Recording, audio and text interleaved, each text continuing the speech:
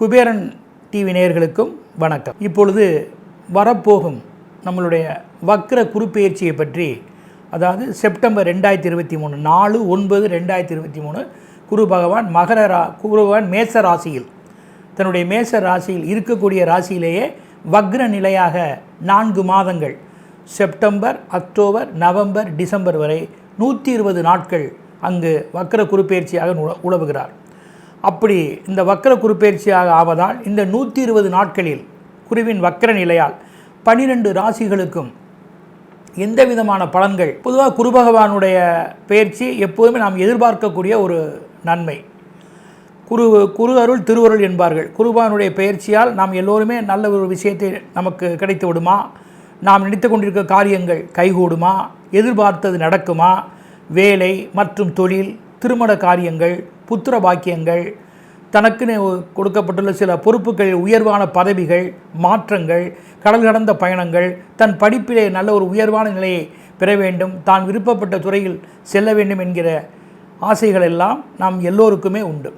அப்படிப்பட்ட ஆசைகளில் உங்களுடைய ஜாதகமும் நல்ல நேரங்களாக அமைந்திருந்து இந்த குருபொருளும் சேர்ந்திருந்தால் கண்டிப்பாக அந்த பலன்கள் உடனே நடக்கும். குருவருள் மட்டும் இருந்து ஜாதகங்களில் சரியான தசாபுத்தி இல்லை என்றால் அந்த பலன்களை சற்று நீங்கள் போராடி பெற வேண்டிய ஒரு நிர்பந்தத்திற்கு உள்ளாவீர்கள். ஜாதகம் நன்மையாக இருக்கின்றன, குரு பலவீனமாக இருக்கிறார், கவலைப்பட வேண்டாம். அதுவும் காரியங்கள் தாமதமாகி நாம் நினைத்த காரியத்தை எப்படி வெற்றியடைய முடியும்? விதி என்ற சாற்றின் மூலமாக போகக்கூடிய ஜாதகம் முதல் நிலை. அதனால் விதியை பார், பின் மதியை பார். மதி என்பது சந்திரனுடைய நிலையை வைத்து பார்ப்பது. இப்போ நாம் கோச்சாரத்துக்கு பலன் சொல்வது எல்லாமே சந்திரனை மையமாக வைத்துத்தான். உங்கள் ராசியில் சந்திரன் இருந்தால் அதுதான் உங்களுடைய ஜென்ம ராசி. எல்லா உள்ள இறைவனையும், சித்தர்களையும், குரு பகவானையும், ஞானிகளையும் வணங்கி, உங்கள் குலதெய்வங்களையும் வணங்கி, எல்லா வல்ல இறைவன் அருளால் இந்த வரப்போகும் 4 மாத குருப்பெயர்ச்சி பலன்கள் 12 ராசிக்கும் எப்படி இருக்கும் என்பதையும், அதற்கான பலன்கள், சரியான பரிகாரங்கள், வழிபாடுகளை இப்போது உங்களுக்கு வரிசைப்படுத்தி பேச இருக்கிறேன். விருச்சிக ராசி அன்பர்களே, குருப்பெயர்ச்சி ஏற்கனவே உங்களுக்கு நன்மை இல்லை. இந்த வக்ர குரு பாதிப்பை தரத்தான் செய்வார். காரணம், இவர் உங்களுக்கு யோக கிரகம். அத்துடன் இந்த இப்போது வக்ர நிலை உங்களுக்கு, அதாவது சுபராக வந்து, இயற்கை சுபராக வந்து, உங்கள் ராசிக்கும் யோகாதிபதியாக வந்து 2 நிலைகளை பெற்று வக்ரத்தில் இருப்பது நன்மை இல்லை. எதற்கெடுத்தாலும் ஒரு பாதகங்கள், குதர்க்கங்கள், அதிக கோபப்படுவது, சரீர உபாதைகள், சிலருக்கு மருத்துவ ஆலோசனை, ஆப்ரேஷன்கள், எந்த வகையிலாவது உங்களுக்கு பலவித தொல்லைகளை சந்திக்க நேரும். கடன் பெற வேண்டிய நிர்பந்தம் உங்களுக்கு கட்டாயம் இருக்கும். அதில் எந்த மாற்றம் இல்லை. அது நல்ல விஷயமா, நீங்கள் எடுக்கக்கூடிய நன்மையான விஷயமா என்பதை பார்த்து கடன் பெற வேண்டும்.